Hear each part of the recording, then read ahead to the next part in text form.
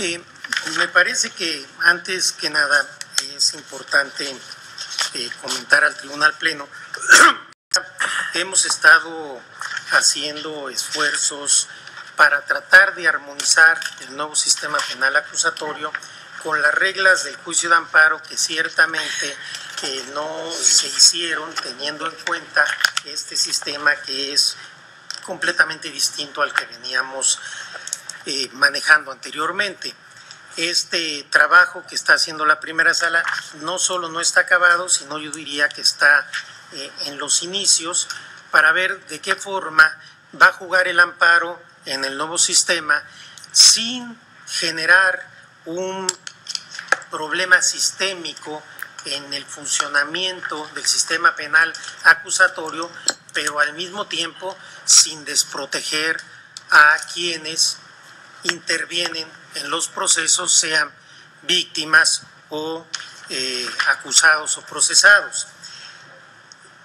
Y si bien es cierto que se debe buscar esta armonización, esto no puede llegar al extremo de pretender que los jueces de control, como son jueces de control, ya son prácticamente jueces irrecurribles e infalibles. A mí me parece que esto es altamente peligroso.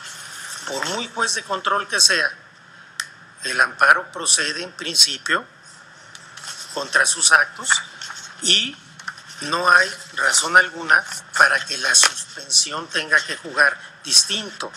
Lo que pasa es que desde un punto de vista de filosofía judicial se privilegia al legislador frente a la potestad jurisdiccional de los jueces, que a mí me parece que en casos de medidas cautelares es lo que se debe privilegiar.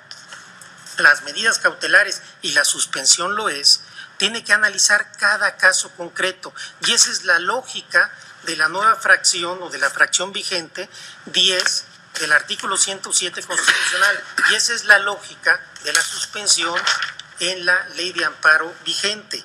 Y esta porción normativa que estamos analizando trastoca completamente el sistema de amparo y también afecta el sistema penal acusatorio, porque de no haber suspensión se podrán, por un lado, generar daños irreparables y por otro lado se puede empezar a generar una cantidad de reposición de procedimientos y de juicios que me parece que va a salir peor el remedio que la enfermedad.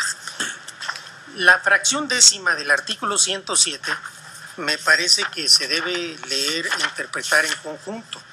Dice: los actos reclamados podrán ser objeto de suspensión en los casos y mediante las condiciones que determine la ley reglamentaria, para lo cual el órgano jurisdiccional de amparo, cuando la naturaleza del acto lo permita, deberá realizar un análisis ponderado de la apariencia de buen derecho y del interés social. El punto es, como decía bien la ministra Norma Piña, si el legislador reglamentario del juicio de amparo tiene la potestad de excluir esta posibilidad del legislador del juez para ponderar la apariencia de buen derecho y la no afectación al interés social, porque la Constitución es muy clara y dice cuando la naturaleza del acto lo permita. La única manera o los únicos casos en que el juez no hará esta valoración es cuando la naturaleza propia del acto reclamado lo impide. Pero el artículo es clarísimo desde mi punto de vista. Dice, los actos reclamados podrán ser objeto de suspensión. No hace disponible del legislador que haya una determinada naturaleza o tipo de actos reclamados que no sean objeto de suspensión. Y lo único que tiene que hacer la ley de amparo es establecer los casos, las condiciones procesales, etcétera, en que se va a llevar a cabo esta suspensión, pero no excluir de suspensión, de objeto de suspensión, como lo hace esta fracción que está impugnando, que desde mi punto de vista sí es categórica. Dice, no serán objeto de suspensión, punto. No es que el juez pondere o no pondere, no serán objeto de suspensión. Incluso se hablaba de cuando la ley establece los casos en que se afecta el interés social o el orden público. Creo que aquí es un problema distinto. Aquí no es el legislador excluya como objeto de suspensión una determinada clase o categoría de actos reclamados, sino lo que hace, que sería materia de otro debate, es interpretar un concepto jurídico indeterminado como es el interés público.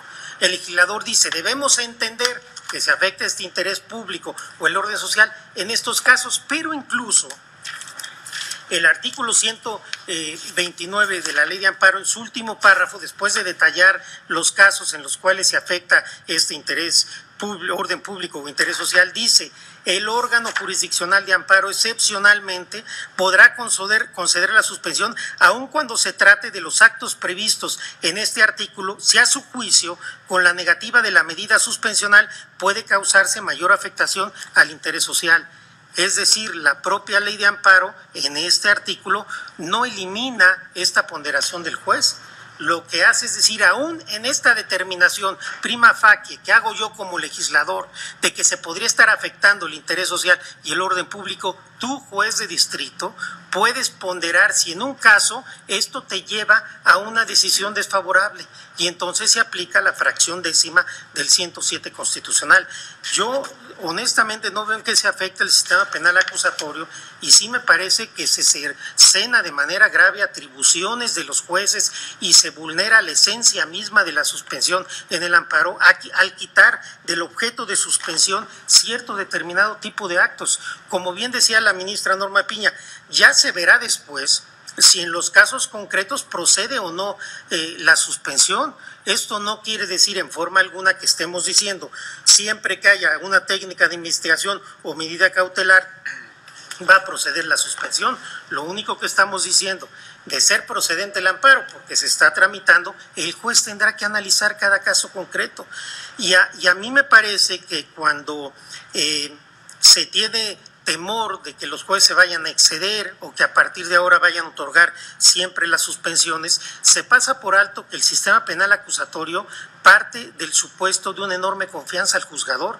En el sistema penal acusatorio el juzgador tiene un papel central que no tenía en el sistema anterior, y si esto es así, por mayoría de razón, tenemos que tener una mayor confianza en nuestros jueces de amparo, en los jueces constitucionales, a los que les toca de manera directa velar por el respeto de los derechos humanos. Es cierto que los jueces de control también tienen función de respetar que el debido proceso se cumpla, etcétera, y pudiera ser que lo hagan de manera excelente, ojalá que así sea, pero también puede ser que sus decisiones estén equivocadas o por lo menos puedan ser discutibles u opinables. En tal caso, repito, de proceder el amparo, porque también, como dije al inicio, habrá que analizar, y lo estamos haciendo en la primera sala, de qué forma juega la procedencia del amparo ante el nuevo sistema penal acusatorio, pero una vez que se está tramitando el juicio de amparo, yo creo que queda en la facultad del juez, que tendrá que fundarla y motivarla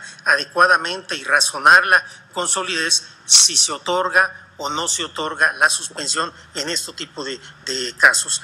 En mi opinión, no es disponible para el legislador qué tipo de actos pueden ser objeto de la suspensión. Pero aún suponiendo sin conceder que yo aceptara que lo fuera, me parece que esto no puede llegar al extremo de dejar sin ninguna naturaleza ni materia la facultad jurisdiccional de los jueces. El mismo artículo 129 deja al final esta posibilidad de ponderación de los jueces. Entonces, para mí incluso, aceptando que pudiera, cosa que no la acepto, me parece que esto no es razonable ni se justifica. Se justifica con base en que hay jueces de control, con base en que hay un nuevo sistema penal acusatorio. Por eso hay cierto tipo de actos que ya no van a ser materia de suspensión. No veo yo honestamente una lógica constitucional que pueda justificar desde mi punto de vista los alcances de una norma que excluye de la suspensión un tipo de acto de constitución. Y yo no estoy hablando ni del recurso judicial efectivo ni la Corte Interamericana, estoy hablando de algo más cercano, la fracción décima del artículo 107 constitucional. Gracias, presidente. Gracias, señor ministro.